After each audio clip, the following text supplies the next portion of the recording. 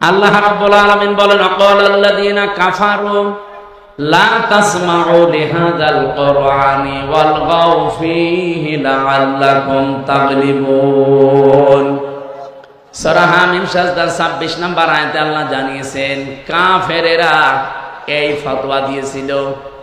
আপনি শব্দের দিকে খেয়াল করেন, আকালাল্লাযীনা কাফারু, যারা কাফের তারা এই কথা বলেছিল, লা তাসমাউ লিহাযাল কোরআন, যা করবা পৃথিবীতে করো, উন্মুক্ত তোমাদের জন্য, কিন্তু এই কোরআন শুনতে যেও না। মুহাম্মদ যেটা কোরআন দিয়ে বোঝাতে চায় এটা শোনা যাবে না, এটা শুনতেও দেওয়া যাবে না। প্রশ্ন আসতে পারে, শোনা যাবে না, শুনতে দেওয়া যাবে না, এই শব্দ কোথায়? এই যে ওয়ালগাউ ফীহি, শুধু শোনা যাবে না এতটুকু না, কেউ যদি শোনার ব্যবস্থা করে হোসেনাবাদ, এটা কি করে বন্ধ করা যায় সেই ব্যবস্থা করা লাগবে। আর আমার মনে হয় আগস্টের 5 তারিখের আগে হলে এটাও বন্ধ হয়ে যেত। কিভাবে বন্ধ করবেন? হয় ঢোলঢুকি তবলা বাজান, এলাকার পরিবেশ নষ্ট করে দেন, ভীতিপূর্ণ অবস্থান তৈরি করেন, 144 ধারা জারি করে দেন, অথবা এমন কিছু শর্ত দেন যেন ওরা কোরআনের মাহফিলের আয়োজন না করে। 14 রকমের শর্ত এর জন্য আমরা দেখেছিলাম যে অমুক হুজুর আসলে হবে না, অমুক আলেম নিয়ে আসলে হবে না, এই কথা বলা যাবে না, এই কথা বলা যাবে না।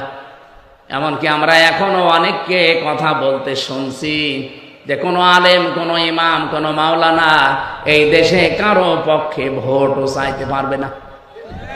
আমার মনে হচ্ছে যে উনি মনে হয় মালয়েশিয়া থেকে ডিগ্রি নিয়ে এসেছে। মুফাসসিরে কোরআন, মুজাদ্দিদে জামান, ভারতের কামান, বিশাল আলেম না, স্বামী স্ত্রী দুইজন, কি ফতোয়া দিচ্ছে দেখেছেন? আমি আজকে ওপেন চ্যালেঞ্জ দিচ্ছি কুষ্টিয়ার বুকে, এটা রেকর্ড হচ্ছে সারা বাংলাদেশের 56,000 বর্গ মাইলে আমি যেখানে যাব, কোরআনের পক্ষে যারা আছে, একামতে দ্বীনের পক্ষে যারা, এদেশে আল্লাহর আইন যাদের দ্বারা কায়েম হওয়ার সম্ভাবনা আছে, তাদের পক্ষে আমি রায় চাব, সিদ্ধান্ত চাব, ভোট চাব। কেউ নিষেধ করলে আমার নিষেধ করেন। কোন মায়ের দুধ খেয়েছি আমি দেখবো, আসেন আমার সামনে, আসেন। আজকে মাইক কেড়ে নেন তো, মাইক আজকে ছেড়ে দিলাম, কেড়ে নিন।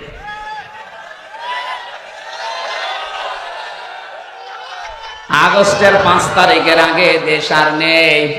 1500 বছর আগে আবু জেহেল বেশ ভালোভাবে বুঝেছিল যে আমি যা করি, আমি যে চেয়ারে বসে আছি, চেয়ার তো অবৈধ চেয়ার, আর মোহাম্মদ যা বলতে চায় ও বললে আমার চেয়ার টিকবে না।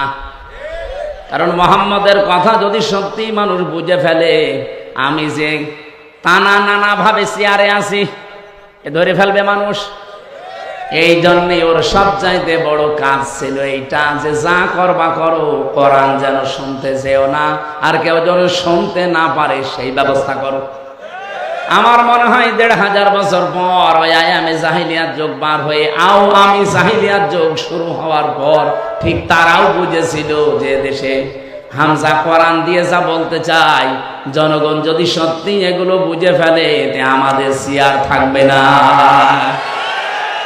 এই জন্য এত বাধা দিতে, এত বাধা দেবে কোন কারণে? আমার যাতে কত বড় বড় হুজুর, আমার তো শরীরই চলে না, আর এক একজন হুজুর আসতো, ওরে বাবা 3-4 মন গায়ে গোস্ত, এত বড় বড় হুজুরের কোনো বাধা নেই। আরো টাকা পয়সা দিয়ে বলতো সারা রাত ওয়াজ করেন। কি ওয়াজ? সাপের কাহিনী বলেন, সাপের কাহিনী বলেন, মাছের কাহিনী বলেন, আপনিও কান্দেন, যারা আছে সামনে ওরাও কান্দুক, কেঁদে কেটে বাড়ি চলে যান। আমাদের চেয়ারের 4টা পায়া, একটা পায়া যেন আঘাত না লাগে। হামজা আসলে তো পায়া থাকবে না, কোরআন দিয়ে মানুষকে যা বুঝিয়ে দেবে, মানুষ যদি সত্যি বুঝে ফেলে, আমাদের চেয়ার কিন্তু থাকবে না। এই কারণে বাধা দিত, কারণ তারা নিজেদেরকে জুলুমের চাদর দিয়ে আড়াল করে রেখেছিল। অনেকে বেদাতের চাদর দিয়ে নিজেদেরকে আড়াল করে রেখেছে। এই যে আমার তাহেরি ভাই, ওই যে প্রকাশ্য বেদাত করে, শিরিক করে, এর ফতোয়া দেওয়া লাগবে। নিজে জিকির করছে ইয়া আলী বাবা, শাহ আলী বাবা, কেল্লা বাবা, ফতে বাবা। আমি এক কথায় জবাব দিচ্ছি, এদিকে তাকান। আল্লাহ যেটা পারে এ পৃথিবীর অন্য কেউ পারে এই বিশ্বাস করার নাম হচ্ছে শিরিক। আর শিরিক যারা করে তারা মুশরিক। মুশরিক যারা মরে গেলে জানাজা জায়েজ আছে? কবর দিলে কাজ হবে? হবে। কবরে দেওয়ার সঙ্গে সঙ্গে আল্লাহ আগুন লাগিয়ে দেবে। লাহুম মিন জাহান্নামা মিহাদু ওয়া মিন ফাওকিহিম গাওয়াশ ইলা আখিরি আয়াত। আল্লাহ পাক বলেন ওদেরকে শুধু কবরে রাখতে দেরি হবে, কবরের নিচে আমি জাহান্নামের বিছানা বিছিয়ে দেব আর উপরে আগুন লাগিয়ে দেব। ওয়াকাযালিকা নাজিজিজ জালিমিন। এটা আমি এই জন্য করব কারণ এটা জালেমদের শাস্তি। কুষ্টিয়াবাসী, আমি যেটা এ পর্যন্ত এসে বোঝাতে চাই, পৃথিবীর শিরিককারী, বেদাতকারী, জুলুমকারী, কুফরিকারী, এগুলো সবই তারা নিজেদেরকে চাদর দিয়ে আড়াল করে রেখেছে। এরা তাফসির শুনলেই ভয় পায়, কারণ ওরা জানে তাফসির মানে খুলে ফেলা, উলঙ্গ করা, উন্মুক্ত করা। ঢাকনা দিয়ে ঢাকা আছে, ঢাকনা ফেলে দেওয়া। আমরা যতগুলো ঢাকনা দিয়ে নিজেদেরকে ঢেকে রেখেছি, কোরআনের তাফসীর যদি সঠিকভাবে করা হয় একটাও টিকবে না। ওরা নিজেরাও জানে যে আমরা ভ্রান্ত পথে আছি। কথা বলেন না কেন? ওরা নিজেরাও জানে যে আমরা ভুল পথে আছি, কিন্তু দুনিয়ার স্বার্থে তারা ওটা ছাড়তে চায় না। এই পৃথিবীতে আমরা তিনটা প্রাণী দেখি, এরা কিন্তু দিনের আলোতে বের হয় না কোনো দিন, রাতের আধারে বের হয়। এই যে রাত এখন অন্ধকার হয়ে গেছে, যত বেশি অন্ধকার হবে দেখবেন তত বেশি ওরা রাতের বেলা বের হবে। পেঁচা, বাদুর আর চামচিকা, নাকি এলাকায় নেই? এই তিনটা জিনিস রাতে বের হয়, বের হয়ে স্থির থাকে, মানুষের কলা নষ্ট করে, ফসল নষ্ট করে, পানির বরজ নষ্ট করে। কি কথা বলছে না? দিনের আলো, সূর্যের আলো তাদের ভালো লাগে না, রাতের আধার তাদের ভালো লাগে। এই জন্য নামও দেখেন ডিজিটাল নাম, বাদুর, চামচিকা। আমার মনে হচ্ছে ওর চেহারা ওই রকমই। কি কথা বলেন? যাদের নাম বললাম কি একবার দেখলে আর একবার দেখতে মন চাবে? কি বুঝলেন এখান থেকে? দিনের আলো, সূর্যের আলো এদের ভালো লাগে না, রাতের আধার বেছে নিয়েছে ভালো লাগে এদের। এই কারণে এদের নাম ওই রকম। এই পৃথিবীতে যারা কোরআনের আলো, দিনের আলো, ইসলামের আলো যাদের সহ্য হয় না, ভালো লাগে না, এরাই কিন্তু অন্ধকারের পথগুলো, বিশেষ করে জুলুমের, কুফরির, শিরিকির, বেদাতের অন্ধকারের পথ বেছে নেয়। বেছে নিয়ে তো স্থির থাকে না, এই পথগুলো বিভিন্ন কায়দায় মানুষকে ক্ষতি করে। শিরিক দিয়ে মানুষের ঈমানগুলো ধ্বংস করে দেয়, বেদাতগুলো দিয়ে আমার আল্লাহর রোশানলে মানুষকে ফেলিয়ে দেয়, কুফরি দিয়ে মানুষের ঈমানটা নষ্ট করে ফেলে। সবচাইতে বড় বিষয় জুলুম। এই জুলুম করলে মানুষ আর হামসার টার্গেট থাকে না। জুলুম করলে সরাসরি মানুষ আল্লাহর মামলার আসামি হয়ে যায়। এটা আমি বানালাম কোথায়? সূরা শুরা 25 নম্বর পারার 6 নম্বর পৃষ্ঠার 13 নম্বর লাইনের 42 নম্বর আয়াতে আছে। এই 15.5 বছরে যারা জুলুম করেছেন কান খাড়া করে শোনেন। হ্যাঁ, আমি জানি আপনার কাছে এটা পৌঁছাবে। ইন্নামাস সাবিলু আলাল্লাযীনা ইয়াযলিমুনান নাস ওয়া ইয়াবগুনা ফিল আরদি বিগাইরিল হক উলাইকা লাহুম আযাবুন আলীম। আমি একটা দুইটা না, আমার বিশ্ববিদ্যালয়ে থাকাকালীন আমি আয়াতের সাথে প্রায় 42টার উপরে তাফসীর মিলিয়েছিলাম। 42টা মুফাসসির সব আয়াতের ব্যাপারে এক কথাই লিখেছেন। আল্লাহ পাক বলেন, আমি নিজে অভিযোগ দেব, মামলা দেব, কেস করব তাদের বিরুদ্ধে, দুনিয়াতে যারা মানুষ হয়ে মানুষের উপরে জুলুম করছে। শব্দের দিকে খেয়াল করেন তো, আপনি আলেম না? ইয়াজলিমুনান নাস দিয়েছেন আল্লাহ, ইয়াজলিমুনাল মুসলিমুনা দেয়নি। এরপরে শব্দ হচ্ছে ইয়াসলিমুন, শব্দ দিলেন কেন আল্লাহ? এটা তো মজারে, বর্তমান, ভবিষ্যৎ, প্রেজেন্ট, ফিউচার। তার মানে বর্তমানে যারা আজ মানুষের উপরে জুলুম করছে, ভবিষ্যতেও যারা করবে। এই যে আমাদের পেছনে ইন্ডিয়া, এই পৃথিবীতে সবচাইতে নিকৃষ্ট মানুষের তালিকায় দুইটা জাতি। এখন আপনি ইন্টারনেট ঘাটেন, গুগলে সার্চ দেন, দেখবেন দুইটা জাতির নাম আসবে, একটা ইহুদি আর একটা মুশরিক। 2 নম্বরে আছে আমাদের পাশের এই প্রতিবেশী, সবাই না, যারা উগ্রপন্থী, যারা ওই মোদির মুরিদ, এরা হচ্ছে আসল জঙ্গি। আল্লাহর ঘর মসজিদ গুলো সব আজ ভেঙে দিচ্ছে ভুয়া ধোয়া তুলে। কি ধোয়া? ভুয়া ধোয়া তুলেছে তারা। বলে 500 বছর আগে এখানে মন্দির ছিল, এই জন্য আমরা ভেঙে দিয়ে মন্দির বানাবো। আরে শয়তান, পৃথিবীতে আর জায়গা পাও না, যত মন্দির তোমার সব মসজিদের নিচে পাওয়া যায়। বিশ্বের মানুষেরা আজ দেখে মাটির নিচে কেউ তেল পায়, গ্যাস পায়, সোনা পায়, রূপা পায়, আরে শয়তানরা মাটির নিচে শুধু পায় মন্দির। তবে যেখানে সেখানে না, শুধু মসজিদের নিচে পায়। একথা বলে না? দৌলতপুর থানা হিন্দু নেই বলেন? আমরা আজ পর্যন্ত কোনোদিন আওয়াজ তুলেছি যে এই দেশে যত মন্দির আছে 1000 বছর আগে এখানে আমাদের মসজিদ ছিল, আমরা ভেঙে দেব? তুলেছি? অথচ অলরেডি গতকালকে ওরা অলরেডি দাঙ্গা বাঁধিয়ে দিয়েছে।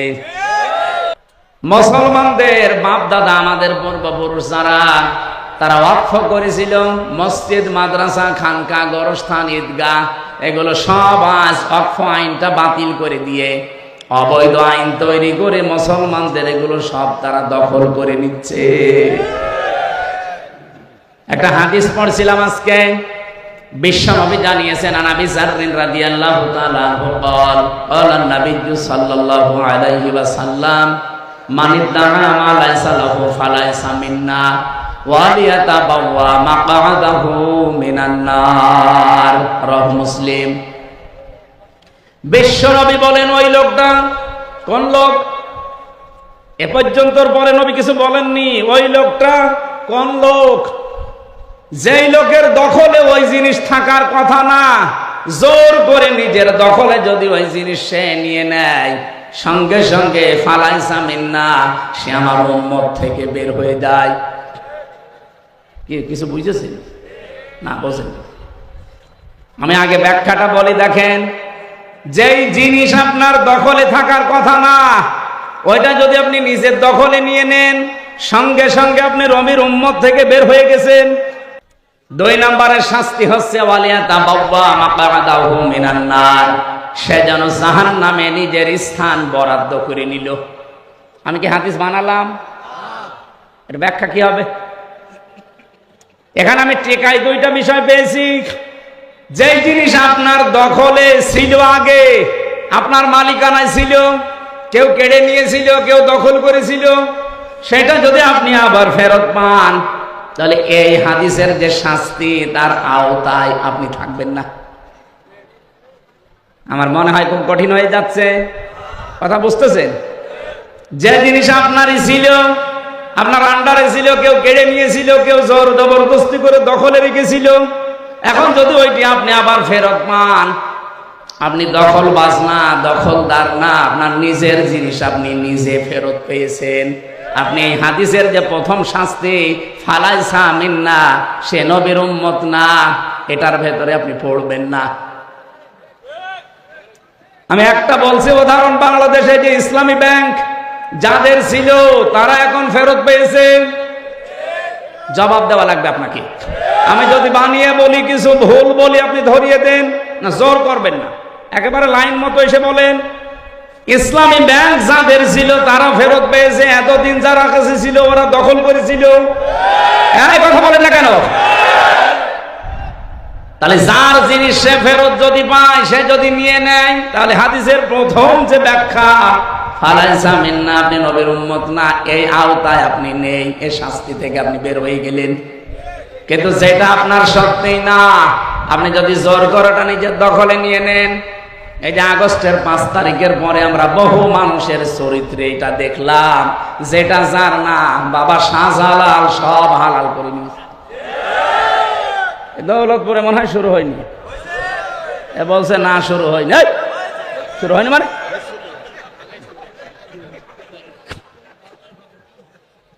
হুজুর মনে হয় ওই দলের, বলছে না শুরু হয়নি। আর টপি কেটে দিলে তখন বলবে না শুরু হয়েছে। কত কিছু আমরা দেখতে পাচ্ছি আগস্টের 5 তারিখের পরে, কত কিছু মানুষ দখল করে নিচ্ছে, অথচ সেই জিনিস তার হওয়ার কথা ছিল না। এই আন্দাজে চিল্লাছেন মানে কিছু বুঝেছেন? ঠিক আছে, খুব চালাক এলাকার মানুষেরা, শহরের মানুষ তো, শহরের মানুষ দেখলে বাংলাদেশের মানুষ এমনি ভয় পায়, কারণ এরা মানুষ জবাই করে শহরের ওপরে রেখে দেয়। অবশ্য ঠিক, আসতে বলে রেকর্ড হচ্ছে। আমি আবার রিপিট করছি কারণ এটা খুব দরকার। যেই জিনিস আপনার না, যদি জোর করে জবরদস্তি করে দখল করে কায়দা করে যে কোনো ভাবে নিজের আয়ত্তে নিয়ে নেন, ওটা ফেরত দেওয়া লাগবে। ওটা যদি কেউ ফেরত না দিয়ে নিজের কাছেই রেখে দেন, ওই অবস্থায় যদি মারা যান আপনি নবীর উম্মত না। আর নবীর উম্মত যদি হয়ে না মরে, ওর জন্য জানাজা জায়েজ আছে, কবরে দেওয়া। তাহলে কে মরে যাচ্ছে আমরা কেন তার জানাজা দেব, কবরে দেব বলেন? কোরআনে কারিমের তাফসীর সঠিক ভাবে করলে যারা আজ নিজেদেরকে আবরণ দিয়ে ঢেকে রেখেছেন, আল্লাহর কসম তারা বুঝে ফেলে যে হামজা যেটা জনগণকে বোঝাতে চায়, মানুষ যদি বুঝে ফেলে তে আমার অবৈধ ক্ষমতা থাকবে না। এটা বুঝে ফেলেছিল 1500 বছর আগে কে? আরো জোরে বলে। আর এই যে 1500 বছর পরে এখন যারা বুঝে ফেলে, এরাও আবু জেহেলের আত্মীয় স্বজন। সুতরাং আমরা কোরআনে কারীম যেটা শুনতে আসলাম আজকে, এটা কোনো গোপন বিষয় নেই। বহু আলেম ওলামা, বহু ইমাম খতিব আমরা দেখি আয়াত পড়ে ঠিক, কিন্তু গোপন করে যায়।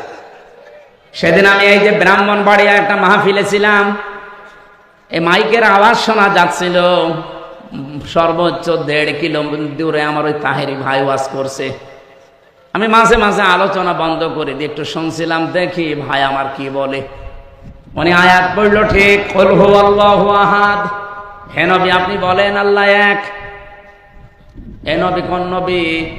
এ নবী ফাতেমার বাবা। এ ফাতেমা কোন ফাতেমা? এ হাসান হোসাইনের মা। এ হাসান হোসাইন কে জানেন আপনারা? কারবালা শহীদ হয়েছিল হুসাইন। আমি আপনাদেরকে হুসাইনের জীবন কাহিনী শোনাবো। আয়াত পড়েছি কি? আর তাফসীর হচ্ছে এরকম। কারবালার কাহিনী যদি 2.5 ঘন্টা না 5.5 ঘন্টাও আমি বলি, কারো গায়ে লাগবে না। কিন্তু কারবালার যে 27টা শিক্ষা আছে, 27টা বলা লাগবে না, 7টা বললেই জালেমরা মাহফিল বন্ধ করে দেবে। ও তো একটা শিক্ষাও বলবে না, শুধু চোখে পানি না আসলে আন্দাজে কান্নার ভান করে এমন ভাবে টান দেবে মনে হচ্ছে বিশাল তাফসীর হচ্ছে। অথচ কুল হুয়াল্লাহু আহাদ দিয়ে আল্লাহ তার একাত্মবাদের ঘোষণা দিয়েছে, তার ধারে কাছেও নেই। আরো কি করে শিরিক করা যায়, সেই শিরিক গুলো ওই যে আলী বাবা, শাহ আলী বাবা, কেল্লা বাবা, ফতে বাবা, এগুলো শিরিক না? কারণ আল্লাহর সাথে অন্য কাউকে জোর করে যদি কেউ ডাকে, ওটা হচ্ছে শিরিক। এই আয়াত হচ্ছে সূরা আরাফের 181 নম্বর আয়াতে আছে। আল্লাহ রাব্বুল আলামিন বলেন, আমি আল্লাহর সাথে অন্য কাউকে জুড়ে দিবা না। যদি আমি আল্লাহর সাথে অন্য কাউকে কেউ জুড়ে দেয়, যারা এলহাদ করবে, বাড়া কমা করবে, এর ভেতরে জুড়ে দেবে, তোমরা তাদের সাথে মিশে ডাকবা না। এ ঘোষণা কার? অথচ এরা যে আল্লাহর সাথে জুড়ে দিয়েছে, আলী বাবা, শাহ আলী বাবা, কেল্লা বাবা, প্রকাশ্য শিরিক কিনা বলেন? আর জোরে বলেন। এই জন্য আমি এক কথায় জবাব দিই, শিরিক কিন্তু অনেক প্রকার আছে, সবগুলো আমার আলোচনার বিষয় না। শিরিক বিল জাত পেয়েছি তাফসীরে, শিরিক বিল সিফাত, শিরিক বিল ইখতিয়ারাত, শিরিক বিল হুকুক। আমি একটা একটা করে 120 প্রকার পর্যন্ত পড়েছিলাম। এক কথায় জবাব হচ্ছে, আল্লাহ যেটা পারে পৃথিবীর অন্য কেউ পারে। আরো জোরে বলেন। যদি কেউ বিশ্বাস করে যে না অন্য কেউ আল্লাহর মতো পারে, সে সঙ্গে সঙ্গে মুশরিক। আরো জোরে বলেন, বলেন, বলেন তো পৃথিবী চালাতে পারে কে? না মা দুর্গাও পারে? এ পৃথিবী চালাতে পারে আল্লাহ, অন্য কেউ এখানে আর শরীক? আরো জোরে বলেন। এ দুনিয়া চালাতে হলে আইন লাগে, আইন দিতে পারে শুধুমাত্র একমাত্র কেবলমাত্র কে? অন্য কেউ পারে? তাহলে এই কথাই তো বলি আমরা, অন্যের কোন আইন এই পৃথিবীতে যদি চলে, কেউ যদি চালানোর চেষ্টা করে, সে মুশরিক। কারণ শিরিক করেছে সে আল্লাহর আইনের সাথে। আর আমাদের জীবনের প্রথম কথাও যা, শেষ কথাও তা, যে এই জমিন আল্লাহর, আলাহুল খালক ওয়াল আমর, আইনও চলবে আল্লাহ। জীবনে আমাদের আর কিছু না থাক, অন্তত এইটা আছে। যারা বাংলাদেশে মিথ্যা কথা আমাদের বিরুদ্ধে ছড়ান যে আমাদের নাকি আকীদা ঠিক নেই, আরে ভাই আমার আকীদা হচ্ছে আল্লাহর জমিনে আল্লাহর বিধান চালু করব, এটা আমার আকীদা। আপনার আকীদা কি বলেন তো? আপনি আপনার আকীদা যদি থাকে না আমার এই জমিনে আল্লাহর জমিন আমি মানি কিন্তু আইন চলবে আমার বাবা, আপনি মুশরিক। আপনি যদি বলেন আল্লাহর জমিন ঠিক আছে মানি কিন্তু আইন চলবে আমার স্বামীর, আপনি মুশরিক। আমার আকীদা সাফ, এই জমিন আল্লাহর, আইন চলবে। আরো জোরে বলেন। সুতরাং আল্লাহর এই জমিনে আল্লাহর আইন বাদে অন্যের আইন যারা প্রতিষ্ঠা করার জন্য দল করেন, আন্দোলন করেন, মিছিল মিটিং করেন, ভোট দেন, আপনি মুশরিক। আপনার সাথে আত্মীয়তা করা জায়েজ নেই। একটু কড়া হয়ে যাচ্ছে। না না, কিসের কড়া, এখনো শুরু হয়নি, হালকা পাতলা বলছি। আকীদা সাফ করা লাগবে। আমার আলোচনার বিষয় পাঁচটার ভেতরে এটা একটা, যে আকীদা বিশুদ্ধ করা লাগবে, সাফ করা লাগবে। আমি যে তেলাওয়াত করেছি এর ভেতরে পাঁচটা বিষয় লুকিয়ে আছে, আমি সামনে নিয়ে আসব। আপনার কি ধৈর্য হারা হয়ে যাচ্ছে? আর কিছুক্ষণ সময় দেওয়া যাবে না? সাফ করছি আমি, আগে এটা ঠিক করে নেই। সূরা বাকারার 208 নম্বর আয়াতটা পড়েছিলাম, আর লক্ষ লক্ষ হাদিস থেকে মাত্র একটা হাদিস একটু লম্বা, ওইটা পড়েছিলাম। এই দুটাকে সামনে নিয়ে আমি কথা বলবো ইনশাআল্লাহ। রব্বুল আলামিন এখানে ঈমানদারকে ডাক দিয়েছিলেন, ইয়া আইয়ুহাল্লাযীনা আমানু, ওহে যারা ঈমানের দাবি করো, উদখুলু ফিস সিলমি কাফা, তোমরা পরিপূর্ণভাবে ইসলামে প্রবেশ করো। এ নির্দেশ কার? এখানে শব্দটা ছিল সিলমন, এখানে জবর দিয়ে পড়লে হয় সালমন। আলেম যারা আছে বলেন তো সালমন মানে কি? এলাকায় আলেম নেই।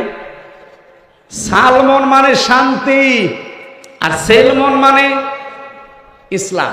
সেলমন মানে, এখানে কি সেলমন আছে না সালমন আছে? সেলমন। আল্লাহ পাক বলেন উদখুলু, বহু বচন এটা, সবাই মিলে প্রবেশ করো, ফিস সিলমি, ইসলামের মধ্যে। কিভাবে করবা? কাফা, পরিপূর্ণভাবে। এখন আমাকে যদি কেউ প্রশ্ন করেন, হুজুর সারা জীবন আমি আয়াত শুনছি ইসলামে প্রবেশ করো, ইসলামে প্রবেশ করো পরিপূর্ণভাবে, তো ইসলামে পরিপূর্ণ প্রবেশ কিভাবে করে? কেউ যদি বলে আমি ইসলামে পরিপূর্ণভাবে প্রবেশ করতে চাই, তার কিছু আলামত পড়া কোরআনে আল্লাহ দিয়েছেন। আমি 9টা পেয়েছি, সামারাইজ করে 5টা বানিয়েছি। আপনি যদি এই 5টার ভেতরেও নিজের জীবনকে, প্র্যাকটিক্যাল লাইফকে মিলাতে পারেন, আপনি বিশ্বাস করতে পারেন যে আমি ইসলামে পরিপূর্ণ দাখিল হয়ে গেছি। সুবহানাল্লাহ বলতে পারেন না? আর 1 নম্বরে আকীদা বিশুদ্ধ করা লাগবে। এই জন্য এই পয়েন্টটা নিয়েছি। আজ বহু রকমের আকীদা চলছে বাংলাদেশে। এই দেশে যারা একামতে দিন কায়েম করতে চায়, আল্লাহর কসম কোরআন শরীফ আমি সামনে নিয়ে হাতে নিয়ে বলছি, তাদের বিরুদ্ধে একটা মিথ্যা অপপ্রচার করা আছে যে তাদের আকীদা ঠিক নেই। আরে ভাই, আমার আকীদা, আমি সাফ কথা বলছি, আল্লাহর জমিনে আল্লাহর আইন প্রতিষ্ঠা করা, এটা আমার আকীদা। আমার সিস্টেম ভুল হতে পারে, কেউ গণতন্ত্রের নাম দেন, কেউ রাজতন্ত্রের নাম দেন, কেউ খেলাফতের নাম দেন, আমার সিস্টেম ভুল হতে পারে, কিন্তু আমার বিশ্বাসে ভুল নেই। আমি আব্রাহাম লিঙ্কনের গণতন্ত্র আমিও মানি না, জনগণ সমস্ত ক্ষমতার উৎস, এই বিশ্বাস আমারও নেই। আপনার কি মনে হয় জামাত ইসলামের নিবন্ধন বাতিল করে দিয়েছে শুধুমাত্র তারা 71 সালে ভূমিকাটা খারাপ ছিল এই কারণে তাদের নিবন্ধন বাতিল হয়েছে? জীবনও না। এ দেশ তো আর হাসিনা এতদিন চালায়নি, চালিয়েছে ওনার স্বামী, ওনার নামে স্বামী, যিনি উনি এখানে যা বলেছে তাই হয়েছে দিল্লির প্রেসক্রিপশন অনুযায়ী। যারাই বলেছে যে ক্ষমতার উৎস জনগণ নয় আল্লাহ, তাদেরই নিবন্ধন বাতিল করে দিয়েছে। কারণ এখানে একটা প্রকাশ্য শিরিক লুকিয়ে আছে। আপনিও কালকে বলেন যে জনগণ সমস্ত ক্ষমতার উৎস, আমরা মেনে নিলাম, আপনারটা আজকে ফেরত দিয়ে দেবে। এই জন্যই তো বারবার বলছি, সংস্কার যখন আরম্ভ হয়েছে 2732 জন মানুষ যখন অন্তত জীবন দিলই, তাদের জীবনের মূল্য যদি দিতে চান, বাংলাদেশে এই বানানো সংবিধান যেটা শিরিক কুফর দিয়ে ভরপুর করা, এর যতগুলো ধারা আমি পড়েছি অধিকাংশ ধারা কোরআনের সাথে মেলে না। এই কোরআনে আল্লাহ একটা সংবিধান নামে সূরা দিয়েছেন, তার নাম ফুরকান। ফুরকান মানে সংবিধান, আধুনিক অর্থ ফুরকান মানে সংবিধান। এখানে 77টা আয়াত আছে, কয়টা? 73টা ধারা আছে। আপনি তাফসীর বুঝে বুঝে পড়েন। পৃথিবীর কোন এলাকা যদি কেউ ভালো বানাতে চায়, মিনি জান্নাত তৈরি করতে চায়, এই 77টা আয়াতের 73টা ধারা ওই দেশে যদি কায়েম করে দিতে পারেন, ওই এলাকা মিনি জান্নাত হয়ে যাবে। আর আমরা ওইটাই চাচ্ছি। সংস্কার আরম্ভ হয়েছে সেই 2024-এর 5 আগস্ট থেকে শুরু করে বারবার আহ্বান জানাচ্ছি যে সংস্কার করেন, তাড়াতাড়ি করেন। কেউ বলছে না সংস্কার লাগবে না, তাড়াতাড়ি নির্বাচন দেন। নির্বাচন দিয়ে করবো কি? সংস্কার না করে নির্বাচন দিলে আগে যে দিনের ভোট রাতে হয়েছে তাই হবে।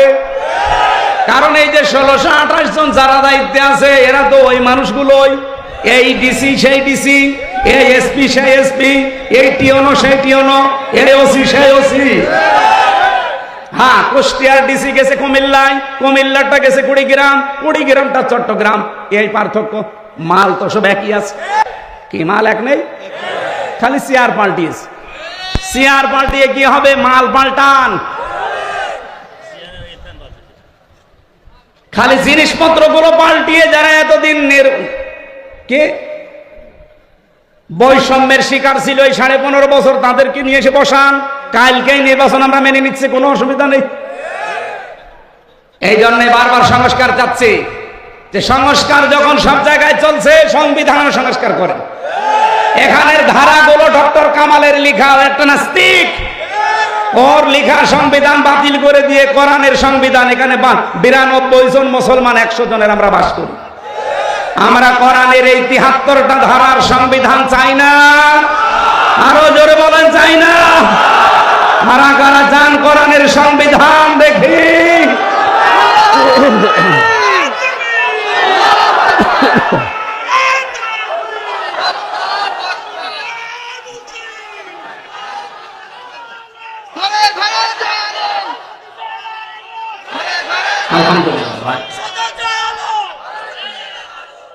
আমার ভাইরা, এটা যদি কারো কাছে রাজনীতি মনে হয়, হ্যাঁ আল্লাহর কসম এটাই আমার রাজনীতি। এটা যদি কারো কাছে ধর্ম ব্যবসা মনে হয়, আল্লাহর কসম এটাই আমার ধর্ম ব্যবসা। এই আমার মরণের আগ পর্যন্ত আপনি সরাতে পারবেন না। আমি যে বিশ্বাস এনেছি, আমার আকীদার ভেতরে এক চুল ভেজাল নেই। আমার আকীদা এইটা যে জমিন আল্লাহর, আইন। এই আকীদা নেই আপনাদের? আপনার কি? আমি যেটা বললাম এই আকীদা আপনার আছে? যার নেই সে মুশরিক। কারণ আল্লাহ যেটা পারে ওইটা অন্য কেউ। এই জমিন আল্লাহ বানিয়েছে, আইনও তিনি দেবেন। এর দলিল আছে সূরা আলে ইমরান 4 নম্বর পারা 9 নম্বর পৃষ্ঠা 3 নম্বর লাইনের 154 নম্বর আয়াতের মাঝের অংশে। কোন হুজুর নিয়ে আসবেন, নিয়ে এসে তাফসীর মিলান। ইয়াকুলুনা হাল্লানা মিনাল আমরি মিন শাইইন কুল ইন্নাল আমরা কুল্লাহু লিল্লাহ। কারো ফতোয়া লাগবে না। জমিনে যদি কেউ প্রশ্ন করে যে আইন বানাতে পারি, আপনি বলেন না, আইন বানানোর ক্ষমতা কার? এই কথাগুলো বাংলায় বলতে গেলে আপনার কাছে রাগ হয়। আর এই আয়াত দিয়ে যে মাগরিবের নামাজ পড়ালাম, হ্যাঁ এই আয়াত দিয়ে মাগরিবের নামাজ পড়ালাম, কিছুই বলে নাই। যখন বাংলা বলছি বোঝা, অথচ আরবিতে আমার মনে হয় আপনার এই আয়াত না পড়ে যদি গালি দিতাম, আপনি বলতেন হুজুর মনে হয় দোয়া করছে। না ভাই, পাগলামি করলে আর হবে না, সময় চলে যাচ্ছে, সংস্কার আরম্ভ হয়েছে, বারবার দাবি জানাচ্ছি। এখনো চোর মুক্ত হয়নি এই দেশ, এখনো ডাকাত মুক্ত হয়নি, এখনো আন্তর্জাতিক ষড়যন্ত্রের মোকাবেলা আমরা করতে পারছি না। পারবো, এইটার ৭৩টা ধারা আপনি সংবিধানে সংশোধন করে দিন, দেখেন কালকে এই দেশ আল্লাহ নিজে রক্ষা করবে। আফগানিস্তান রক্ষা করছে না? কত বড় বড় পরাশক্তি সব পালিয়েছে। সবাই এখন পৃথিবীতে তাদেরকে আদর্শ মডেল মনে করছে, ধর্ণা দিচ্ছে। তারা সংবিধান বানিয়েছে কি দিয়ে? ৫৬,০০০ বর্গ মাইল, এটা দিয়ে বানিয়ে দেন। রাজনীতির গন্ধ না খুঁজে এই কাজ করে। আল্লাহর কসম, বাংলাদেশ মিনি জান্নাত হবে, কারণ এদেশের সব আছে। বাইরের দেশগুলোতে যে দেখলাম ওরা খালি দুইটা কাজ করে, এজন্য তারা দাঁড়িয়ে যায়। মালয়েশিয়া ২০০৪ সাল থেকে দাঁড়িয়ে গেছে। ওদের একটা কাজ আছে, প্রথমে তারা পরিষ্কার পরিচ্ছন্ন খুব, ২ নম্বরে তারা খাদ্যে ভেজাল দেবে না, দুর্নীতি করবে না। যদি দেখে যে কোনো খাবারে ভেজাল দেওয়া আছে, ফরমালিন দেওয়া আছে, ঔষধ দিয়েছে, বিষ দেওয়া আছে, যদি ধরা পড়ে কোনো বিচার নেই, সঙ্গে সঙ্গে মেরে ফেলবে। এটা আজকে বাংলাদেশে 10টা করে দেখেন, খাদ্যে ভেজাল দেওয়া ওর জীবনও সাহস হবে না। আর খাদ্যে যদি ভেজাল না দেন, শরীরের ভেতরে ভেজাল খাদ্য ঢুকবে না, আপনার শরীর থাকবে নিরাপদ, রোগ থেকে আপনি মুক্ত থাকবেন। আমাদের দেশের রোগ সবগুলো বেশি হওয়ার পেছনে খাদ্যে ভেজাল আর এই যে জাতগুলো, এই যে বাতাসের ভেতরে যেগুলো উড়ে বেড়ায়। অথচ মালয়েশিয়া বাংলাদেশের চাইতে প্রায় 5 ডবল বড়। এত বড় বিশাল দেশে মাত্র 9 দিনে এলাকা সব ঘুরে আসলাম। সিঙ্গাপুর খুব বড় না, এটা বাংলাদেশের একটা জেলার অর্ধেক, এই কুষ্টিয়া জেলার অর্ধেক হবে সিঙ্গাপুর। 44 কিলো এদিক ওদিক। আমার মনে হয় কুষ্টিয়ার এ মাথা থেকে ও মাথা প্রায় 70-80 কিলো হবে না? এই দৌলতপুরের একেবারে তেকালা থেকে শুরু করে ওই খোকসার একেবারে শেষ ওই জানিপুর পর্যন্ত আপনি হিসাব করে দেখেন, পুরাটা 60-70 কিলো হয়ে যাবে। সেই হিসাবে সিঙ্গাপুর মাত্র 44 কিলোমিটার এদিকে ওদিক মিলে। অথচ বিশ্বে 257টা রাষ্ট্রে তাদের দাপট কি! দুর্নীতি মুক্ত যদি আমরা হতে পারতাম, আর ওই মানুষগুলোকে যদি সামনে এখন বসাতে পারতাম, কিচ্ছু লাগবে না। এই দেশে শুধু পাচার হওয়া টাকাগুলো নিয়ে এসে দেন, আর মাওলানা মতিয়ার রহমান নিজামীর মতো মন্ত্রী তৈরি করেন, মন্ত্রিত্ব চালিয়ে 26 টাকা ফেরত দেবে। পৃথিবীর ইতিহাস পাল্টিয়ে দিয়েছে। দুর্নীতি মুক্ত মন্ত্রী এই দেশে ছিল না? ছিল না? অনবীক্ষণ যন্ত্র দিয়েও 1 টাকা দুর্নীতি পায়নি। আর এমন মন্ত্রী 620টা বাড়ি শয়তান। কত? 620টা বাড়ি পালিয়েছে এখন। সেদিন গিয়েছিলাম, দেখি থাইল্যান্ডে। হ্যাঁ, থাইল্যান্ডে পড়ে আছে। ওপর থেকে নামছি, হোটেল থেকে নেমে দেখি বসে আছে, চা খাচ্ছে। কি বলছো? হুজুর আমি আগেই পালিয়েছি। আগে পালাবেন কেন? আপনি পালাবেন কেন? আপনার না 620টা বাড়ি। আপনি এই 9 মাস থাকলে আরো 500 বাড়ি বানিয়ে ফেলতেন।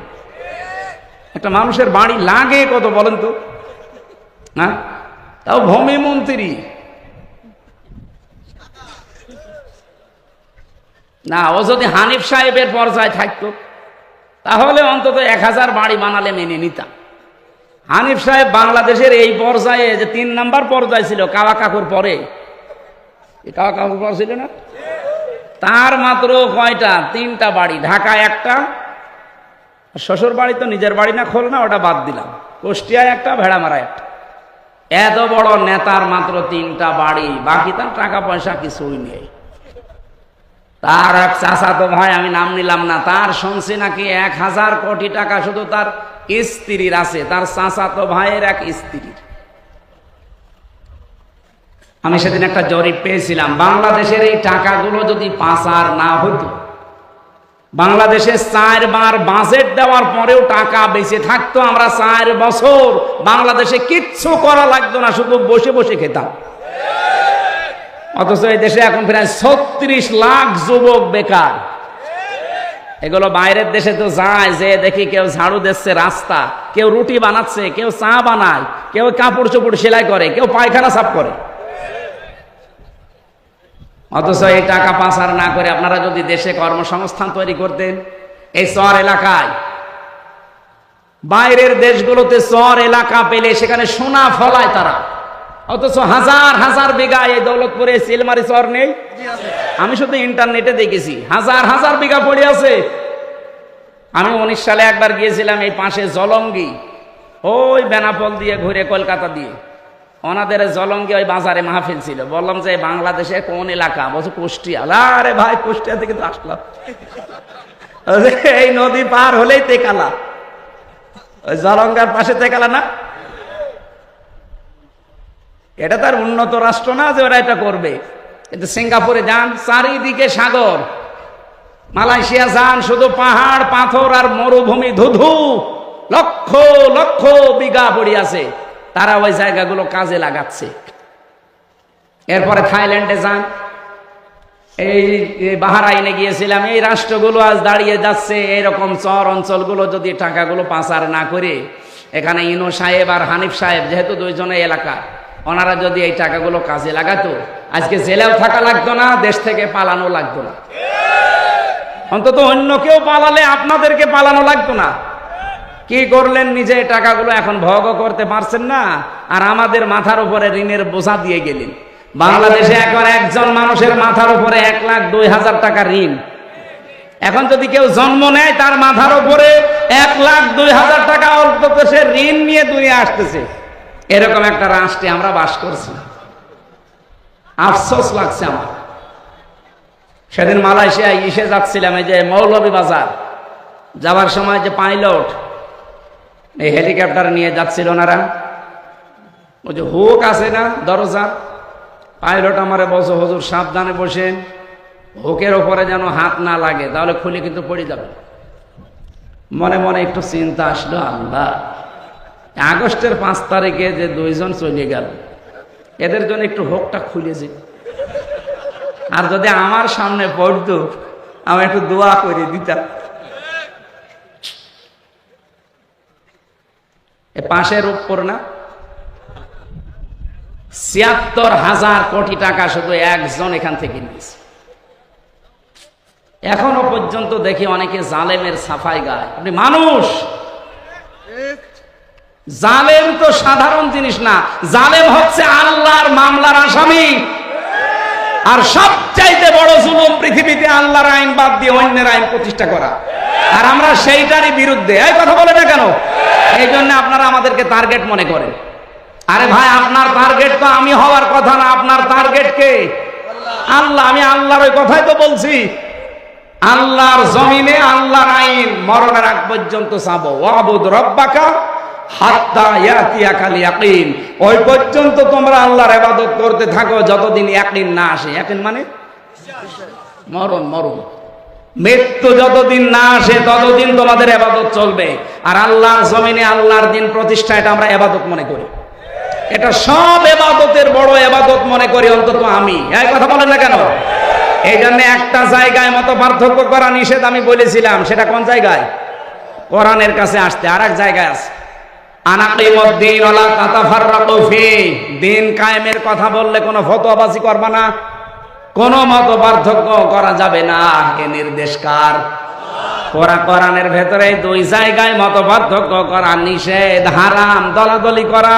আর বাংলাদেশ সহ বিশ্বের মুসলমানদের এখন এই 2 জায়গায় দলাদলি বেশি। অন্তত আমরা না করি, যে করে না বুঝে করুক, আমরা করব আজকে থেকে। দিন কায়েমের কথা যেই বলবে, হ্যাঁ পদ্ধতি ভুল হতে পারে, কিন্তু তার মনের ভেতরে তো আছে দিন কায়েম হোক এই জমিনে। কিন্তু যারা জালেম, মানুষের তৈরি করা আইন যারা কায়েম করতে চায়, বলেন তো তারা কোনোদিন চায় যে জমিনে আল্লাহর দিন কায়েম হোক? না, তারা চায় আমার স্বামীরটা হোক, আমার বাবারটা হোক, অথচ অন্য কোনো আত্মীয়টা হোক। কিন্তু আমারও তো আত্মীয় স্বজন আছে, আমি জীবনেও কি চাইবো যে আমার বাবার আইন এদেশে হোক? বলেন বলেন। এটা না আকীদা আমাদের সাফ যদি হয়, তাহলে ইসলামে আমি প্রবেশ করেছি, এটা প্রমাণিত। আমার আকীদা ঠিক নেই, এরকম হাজারো আকীদার যে শব্দগুলো আছে পাল্টান। আমি আবার বলছি ভাই, আল্লাহ যেটা পারে ওইটা অন্য কেউ পারে না। মেয়েদের ভেতরে আকীদার সমস্যা আছে, ওরা একটু রোগ শোক হলেই ছুটে যায় বিভিন্ন পীরের কাছে, বাবার কাছে, মাজারে, কবরে। পৃথিবীর কোন মানুষ, কোন পীর, কোন মাজার রোগ ভালো করতে পারে? আরো জোরে বলেন। আমাদের জাতির পিতা হযরত ইব্রাহিম আলাইহিস সালাম, তিনি আল্লাহর কাছে বলতেন, ওয়াইদা মারিদতু ফাহুয়া ইয়াশফিন, আমি যখন অসুস্থ হই, রোগাক্রান্ত হই, আমাকে সুস্থতা দেয় কে? আমরা যার সন্তান, তার মতো বিশ্বাস তৈরি করা লাগবে। আমি যদি এমন বিশ্বাস তৈরি করি যে না, আমার এই মাজারে, এই বাবা, এই কবরে, এরা আমাদেরকে এই পৃথিবীতে রোগ শোক থেকে বাঁচাতে পারবে, আপনি কিন্তু শিরিক করে ফেলেছেন। আর শিরিক করলে আপনি আর মুসলমান নেই, আপনি মুশরিক হয়ে গেছেন। হে মেয়েরা যারা এসেছেন, সম্মানিত মা বোনেরা, বেশি আমল করা লাগে না। শুধু আকীদাটা যদি পরিষ্কার থাকে, অল্প আমল করলেই মহান আল্লাহ আপনার জন্য জান্নাতের দরজা খুলে রাখবে। এজন্য কোরআনে কারীমের নির্দেশ হচ্ছে, আল্লাযী খালাকাল মাউতা ওয়াল হায়াতা লিয়াবলুয়াকুম আইয়ুকুম আহসানু আমালা। আমি আল্লাহ তোমাদের মওত আর হায়াত সৃষ্টি করে দুনিয়ায় পাঠিয়ে দিলাম, আমি দেখতে চাই তোমাদের ভেতরে কে ভালো কাজ করে আসতে পারো। আল্লাহ কি বেশি কাজ চান না ভালো কাজ? বলেন বলেন। এই জন্য কাজটা যেন ভালো হয়, আপনি কম করেন। আপনার বিশ্বাস যদি সঠিক থাকে, কাজ বেশি করা লাগে না, অল্প কাজে আমলের জন্য যথেষ্ট হয়ে যাবে। বলেন সুবহানাল্লাহ। আমার ভাইরা, জাতির পিতা ইব্রাহিম নবী ৮৬ বছর পর্যন্ত বিয়ের পরে সন্তান হয়নি। একটা বারের জন্য কোনোদিন কোনো মাজারে, কোনো কবরে, কোনো বাবার কাছে তিনি দৌড়িয়ে যাননি। ৮৬ বছর বয়স পর্যন্ত অপেক্ষা করেছিলেন। আর প্রতিদিন তার দোয়া ছিল, রব্বি হাবলি মিনাস সলিহিন। বলেন আল্লাহু আকবার। আর আমরা সেই বাবার পিতার, সেই পিতার সন্তান দাবি করে কোন কারণে, কোন দুঃখে এই গোলাপ সার মাজারে যাবেন? বলেন। আপনি কি এমন বাবার সন্তান যে বাবা জীবনে কোনোদিন শিরিক করেনি? শিরিকের কিছু সামনে আসলে সঙ্গে সঙ্গে মুখ ফিরিয়ে বলতেন, ওমা আনা মিনাল মুশরিকিন, আমি কিন্তু মুশরিক না। আর সেই বাবার সন্তান দাবি করে আমরা শিরিকের ভেতরে গা ভাসিয়ে দেই। আমাদের বাবা ইব্রাহিম কত সতর্ক ছিলেন তিনি শিরিকের ব্যাপারে। প্রথমে তারকা দেখে বলেছিলেন, এটা আমার মনে হয় খোদা হবে, রব হবে। ফালাম্মা জান্না আলাইহিল লাইলু রাহা কাওকাবা, একটা একটা করে চন্দ্র দেখলেন, সূর্য দেখলেন, শেষে বললেন, এটা হাজা আকবার, হাজা রব্বি, এটা আমার বড় রব।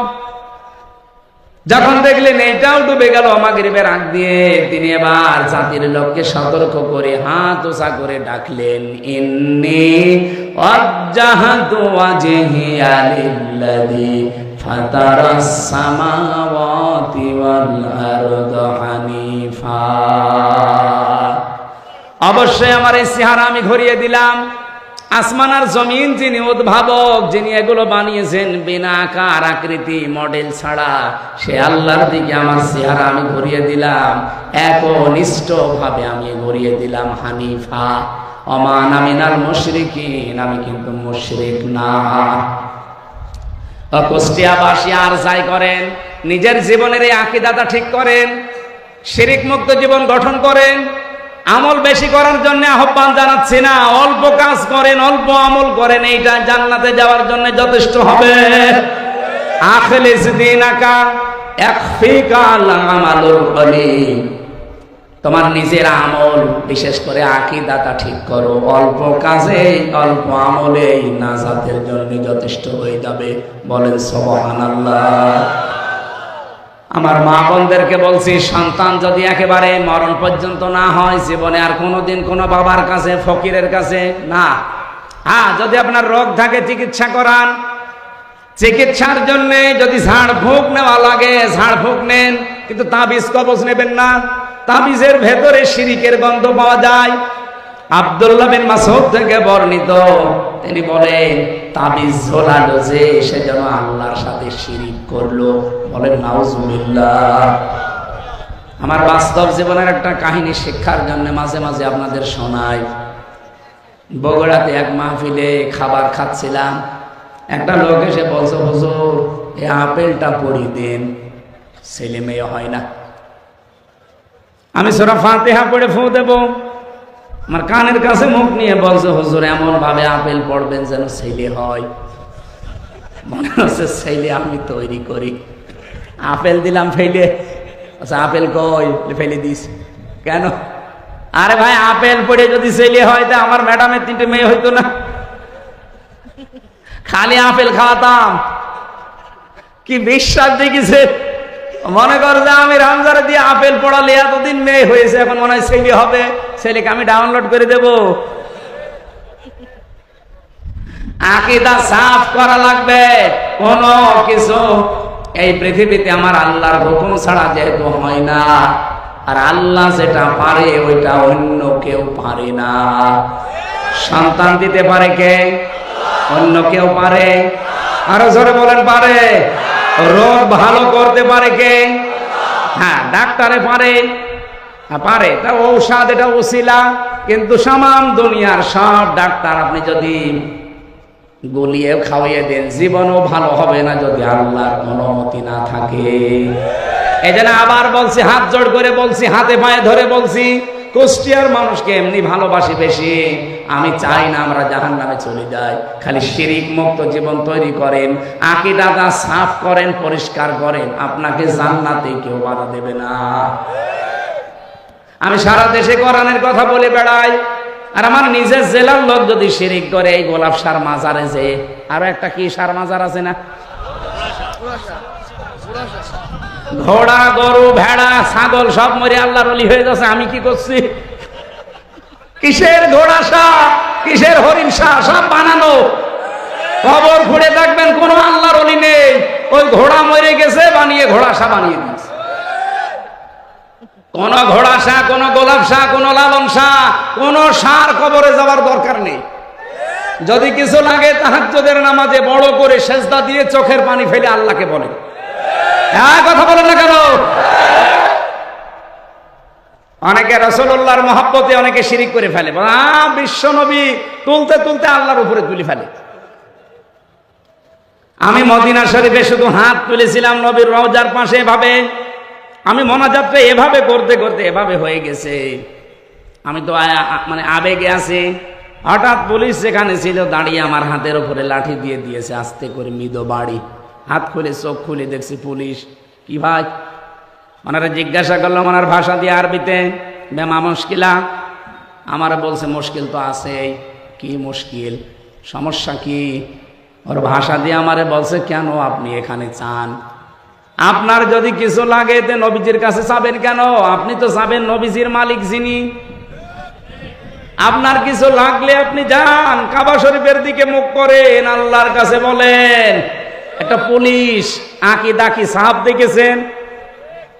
আর সেদিন নাটোর থেকে আসছিলাম, পুলিশ আমার গাড়ি থামিয়ে বলছে, হুজুর দাঁড়ান। কি? গাড়ির সামনে যেমন নাম লেখা আছে, দেখে গাড়ি দাঁড় করিয়েছে। কি কি হয়েছে? এমন অনেক কাগজপত্র দেখবে না। জামার বোতাম খুলে বলছে, হুজুর ফু দিয়ে দেন। কেন? বলছে ডিউটি করছিলাম, হঠাৎ দেখলাম তাল গাছের ভেতরে কি যেন নড়ি উঠেছে। তাল গাছের ভেতরে কি নড়ে উঠে ও ভয় পায়। ভয় তো এমনি পায়নি, কারণ আছে। কি কারণ বলবো? এটা কিছুক্ষণ আগে যিনি কথা বলছিলেন মাওলানা ইয়াসির, মাওলানা ইয়াসির শেষের দিকে আমি আসার সময় এই বাক্যটা শুনলাম যে বিশ্বনবী যেদিন নবুয়ত পাওয়ার পরে বাড়িতে এসেছিলেন, স্ত্রীকে ডাক দিয়ে বলেছিলেন, সাম্মিলুনি সাম্মিলুনি ইয়া খাদিজা, বলেছিলেন না? কি এর ভেতরে কিছু পেয়েছেন জীবনে? যে সাম্মিলুনি সাম্মিলুনি ইয়া খাদিজা, হে আমার খাদিজা আমাকে ঢেকে দাও, আমি ভয় পেয়েছি। কি? হযরতে খাদিজার সঙ্গে সঙ্গে 5টা কথা বলেছিলেন। প্রথমেই তিনি বললেন, কাল্লা, কখনোই না, আল্লাহি, আল্লাহর কসম, লা ইউখজিকাল্লাহু আবাদান, কখনো আল্লাহ আপনাকে অপমান অপদস্থ ভয় ভীতি, এখানে ইউখজি শব্দের শাব্দিক অর্থ প্রায় 33টা পেয়েছি। আপনি ভয় পাবেন না, দুশ্চিন্তা করবেন না। এই পৃথিবীতে কোনো ক্ষয় নেই, লয় নেই, কেউ আপনাকে ভীতি ভয় প্রদর্শন করতে পারে না। আপনি দুর্বল হবেন না, হীনমন্য হবেন না, ছোট ভাববেন না। এতগুলো অর্থ আছে এর ভেতরে। কোরআনে কারিমের একটা আয়াত পড়ছে আমি আলেমদের জন্য, ওয়ালা তাহিনু ওয়ালা তাহজানু ওয়া আনতুমুল আ'লাউনা ইন কুনতুম মুমিনিন। সূরা আলে ইমরানের 139 নম্বর আয়াত, 4 নম্বর পারার 6 নম্বর পৃষ্ঠার 12 নম্বর লাইনে আছে।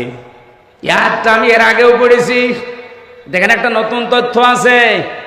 আল্লাহ বলেন হীনমন্য হবা না, ছোট ভাববা না, দুর্বল হবা না, ভয় পাবা না, চিন্তা করবা না। ওয়া আনতুমুল আ'লাউনা শব্দটা কিন্তু আরবি গ্রামার যারা পড়ায়, যারা বালাগাত মানতেক বোঝে, আমি আলেমদেরকে বলছি, আপনি জিজ্ঞাসা করে দেখেন এই আয়াতটা কিন্তু ঠিক নেই।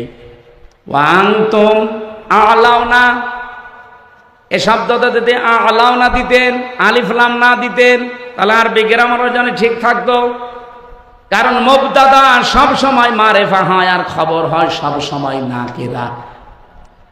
আল্লাহ এখানে নাকেরাকে আলিফ লাম দিয়ে মারেফা করে দিলেন। নাকেরা যদি মারেফা হয়ে যায় ইফিদুল হাসরা, হসরের ফায়দা দেয়। আয়াতটা যদি আল্লাহ এইভাবে সাজাতেন, ওয়ালা তাহিনু ওয়ালা তাহজানু ওয়া আনতুম আ'লাউনা, অর্থ হয়ে যেত।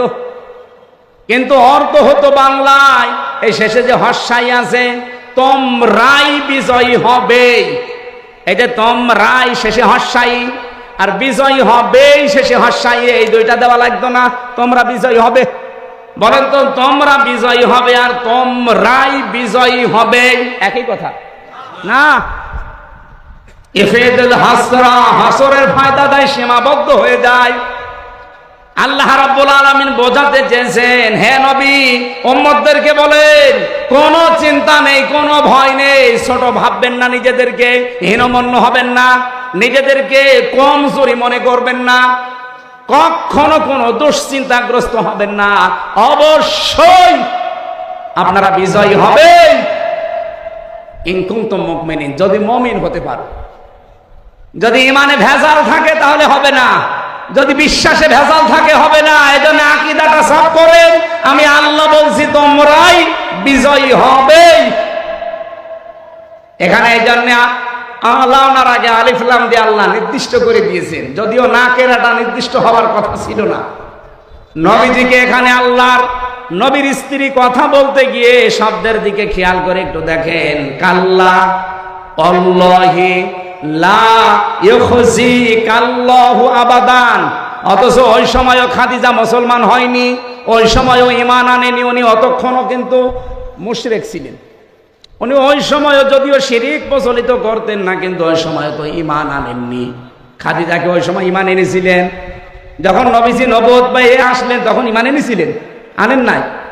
প্রথমেই তাকে সান্ত্বনা দিলেন, স্বামী কোনো ভয় নেই, কোনো চিন্তা নেই, ওই আল্লাহ কখনো আপনাকে ভয় দেখাতে পারে না, আল্লাহর কসম। অনেকে মুসলমান বলেন বলেন, কসম কাটলেন কার নামে? কয়বার? 3 বার। কাল্লা, প্রথমে আছে আল্লাহি, কাল্লা লা ইউখজিকাল্লাহু আবাদান, 3 বার। এতটুকু বাক্যের ভেতরে হযরতে খাদিজা আল্লাহর নাম বললেন কয়বার? বলেন বলেন। কেন? এরপরে তিনি একটা একটা করে 4টা সুসংবাদ দিলেন স্বামীকে। ইন্নাকা লা তাসিলুর রহিমা, আপনি আত্মীয়তার সম্পর্কগুলো ঠিক রাখেন। একথা শুধু শুধু বলেননি, গ্যারান্টি দিয়ে বলেছেন। ইন্নাকা, আবার লা, ইন্নাকা, এরপর আবার লা, লামে তাকিদ। অবশ্যই অবশ্যই আপনি আত্মীয়তার সম্পর্ক ঠিক রাখেন। সুতরাং পৃথিবীতে যারা রক্তের সম্পর্ক ঠিক রাখে তাদের কেউ ভয় দেখাতে পারে না। আপনি ভয় পান কিসের? ওই পুলিশ মনে হয় ওর আত্মীয় স্বজনের হক মেরে খেয়েছে, আত্মীয়তার সম্পর্ক, রক্তের সম্পর্ক ঠিক রাখে নাই, এই জন্য তাল গাছের ভেতরে কি নড়ে উঠেছে, ওর ভয় লেগেছে।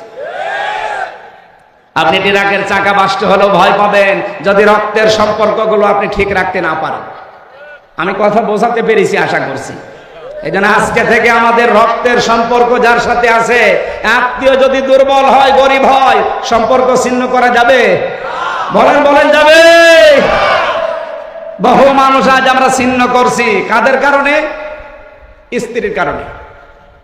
বহু স্বামী এখানে বসে আছে, দেখতে ভালো মানুষ মনে হলে কি হবে? নিজের স্ত্রীর কারণে নিজের আপন বোনের সাথে সম্পর্ক ভালো না। এই কথা বলছে না কেন? সম্মানিত মা বোনেরা, শুধু নামাজ পড়ে রোজা রেখে কালো বোরকা পরে জীবনও জান্নাতে যেতে পারবেন না। আপনার স্বামীর যদি আপনি চান যে বেশি দিন বেঁচে থাক আমার স্বামী, তার সম্পদ, তার সম্মান আরো বেড়ে যাক, আপনি সব সময় চিন্তা করবেন স্বামীকে দিয়ে যে তুমি যা করো করো, কিন্তু সম্পর্কগুলো ঠিক রাখো রক্তের। কিন্তু আজ 100টার 98টা পরিবারে আমরা স্ত্রীর কারণে আর শাশুড়ির কারণে আমার নিজের বোনের সাথে, ভাইয়ের সাথে সম্পর্ক রাখতে পারি না। এরকম মানুষ আছেন কারা? হাত তোলেন তো। এই আছে আছে। সম্মানিত মা বোনেরা, না আপনারা কুষ্টিয়ার মেয়ে, বাইরের জেলা থেকে এসেছেন যারা, তারাই মনে হয় এগুলো করছে। আমার তো বলছে হ্যাঁ ঠিক, কুষ্টিয়ার মেয়েরা তো এত ছোট মনের না। সম্মানিত মা বোনেরা, আমি অন্য জেলার কথা বাদ দিলাম, পাশেই মনে হয় পাবনা, রাজশাহী, এদিকে মেহেরপুর, চুয়াডাঙ্গা, রাজবাড়ি। চুয়াডাঙ্গায় নেই, ওটার বাড়ি চুয়াডাঙ্গায়। কুষ্টিয়ার মেয়েরা যারা এসেছেন, আপনাদের হাতে পায়ে ধরে বলছি, মা, মেয়ে, বোন, ফুফু যাই বলেন, বাইরের জেলায় যান, নিজের জেলায় থাকেন, স্বামীকে সব সময় উদ্বুদ্ধ করবেন যে তুমি যদি বেশি দিন বেঁচে থাকতে চাও আর সম্পদ আর সম্মান দুনিয়ায় কামাতে চাও, সম্পর্কগুলো ঠিক রাখো রক্তে। আমার কথা শুনে তুমি কিছু করতে যাবা না, এরকম মহিলা আমরা তৈরি করতে চাই না। সম্মানিত মা বোনদেরকে আল্লাহ এরকম উদার মনের হওয়ার তৌফিক দিন। তাহলে এই মেয়েরা বাইরের জেলায় গেলে, বাইরের কোন জায়গায় স্বামীর বাড়িতে গেলে জেলার সুনাম হবে যে না, বিয়ে করতে চাইলে কুষ্টিয়ায় করবে। আমাদের কপাল ভালো কি খারাপ আমরা জানি না, বাইরের জেলায় বিয়ে করে, এটা তার মাইকে বলা যাচ্ছে না। ভালো আছি আলহামদুলিল্লাহ। মেয়েদেরকে বলছি, সম্মানিত মা বোনেরা, মন উদার করবেন। আজ হাজারো স্বামী আমরা মানসিক রোগী হয়ে গেছি আপনাদের ছোট মনের কারণে। এরকম রোগী স্বামী আছেন কারা? হাত তোলেন। এই ক্যামেরা ওইদিকে মারো, তোলেন, কোনো ভয় নেই, তোলেন। ক্যামেরা আমার দিকে মারা, তোলেন আপনি। কুষ্টিয়া জেলা ভালো, আগেও জানতাম, যে এত ভালো তা তো জানতাম না। আলহামদুলিল্লাহ। যাক, এবার মিডিয়ায় প্রচার হচ্ছে, আমার একটা দাম থাকবে। সারা বাংলাদেশে গেলে বউ কিছু করে বলতে পারবো আমার জেলা 1 নম্বরে আছে। এখানে কোনো মানুষ বাবা মা থেকে আলাদা হয় না, শুধু দৌলতপুরে হয়। এই না মানে পেপারে আসে কি, ফেরেশতারা দেয়। আমাদের জাতির পিতার সন্তান হযরত ইব্রাহিমের ছেলে ইসমাইল বাবার খুশির জন্য নিজের স্ত্রীকে তালাক পর্যন্ত দিয়েছিলেন। অথচ আজ এই যে রাজশাহীতে দেখেছেন না, 2 পুত্রবধূর সাথে শ্বশুর ঝগড়া করে টেনের নিচে মাথা দিয়েছে। এরকম বউ তো 14টা বাদ দেওয়া দরকার। সম্মানিত মা বোনেরা, বেশি বলে ফেললাম, আপনারা মন খারাপ করবেন না। আমি জেলখানায় থাকতে 3টা বছর যেহেতু বসেছিলাম এক ঘরে, কষ্ট করে করে কয়েকটা বই মেয়েদের উপরে লিখেছিলাম, পারিবারিক জীবনে যে অশান্তি আর এর মেটানোর পদ্ধতিগুলো কি কি। এটা এই গাড়িতে কয়েক পিস আছে, মেয়েদেরকে নিয়ে উপহার দেবেন। নিজের মেয়ে বিয়ে হয়নি এখনো, তারে পড়াবেন। স্বামীর বাড়ি যাওয়ার আগে এটা পড়, 120 পৃষ্ঠা লিখেছি। এরপরে নিজের বউকে পড়াবেন, নিজের ফুফুকে দেবেন, নিজের মাকে পড়াবেন। ওই যে গাড়ি আছে সাদা গাড়ি, যাওয়ার সময় ওটা নিয়ে যেয়ে ওদেরকে দেবেন। আর শিক্ষিত মানুষ যারা আছেন, বিশেষ করে 8, 9, 10, এরপরে ইন্টার, ডিগ্রি যারা অনার্স মাস্টার্স করা, তাদের সৃষ্টি নিয়ে একটা বই লিখেছি, ওইটা নিয়ে যাবেন শিক্ষিত মানুষরা। আরে ভাই, বই মানুষকে ঠকায় না, এগুলো পড়েন, আপনার জ্ঞান আরো বাড়বে, আল্লাহর কাছে আপনি সেজদা দিতে বাধ্য হবেন। আমি যে কথা বলছিলাম মানুষের ভেতরে ভীতি সৃষ্টি হওয়ার পেছনে কারণ মানুষের এই আকীদা, এই যে পরিষ্কার না হওয়া, এবং যারা রক্তের সম্পর্কগুলো ছিন্ন করে, হযরতে খাদিজা রাসূলকে এটাই শুনিয়েছিলেন, ভয় পাবেন না, আপনি রক্তের সম্পর্ক ঠিক রাখেন, পৃথিবীর কোনো জিন পরি ভূত পেতনি আপনাকে ভয় দেখাতে পারে না, আপনিও ভয় পাবেন না যদি রক্তের সম্পর্ক অটুট রাখতে পারেন। আমি সহ যারা এসেছি মা বোনদেরকে আমি সাহায্য করার জন্য বলছি, আর আমরা উদ্বুদ্ধ হচ্ছি প্রত্যেক জায়গায় আমাদের রক্তের সম্পর্ক যেন ঠিক থাকে। পারবেন না এই ওয়াজটা মনে রাখতে, আমল করতে? আল্লাহ তৌফিক দিন। 5টা বিষয় যদি থাকে ইসলামে পরিপূর্ণ আসা যায়। আকীদা সাফ, 2 নম্বরে আত্মসমর্পণ করা, এটা সূরা বাকারার 131 নম্বর আয়াতে দলিল আছে। 3 নম্বরে চরিত্র উন্নত করা, উত্তম চরিত্রের অধিকারী হওয়া। 4 নম্বরে প্রত্যেকটা কাজে ইখলাস তৈরি করা, যা করবেন আল্লাহর জন্য। যদি আপনি দিনের কাজ করতে গিয়ে, একামতে দিনের কাজ করতে গিয়ে কেউ বাধা দেয়, কেউ গালি দেয়, রাজাকার বলে বলুক, কারণ আমি করছি কার জন্য? ইউজাহিদুনা ফি সাবিলিল্লাহ ওয়ালা ইয়াখাফুনা লাওমাতা লাইম। আমার তেলাওয়াতকৃত হাদিসের 6 নম্বর পয়েন্টে এটা আছে। 5 নম্বরে হচ্ছে নিজের লেনদেন গুলো ঠিক করা।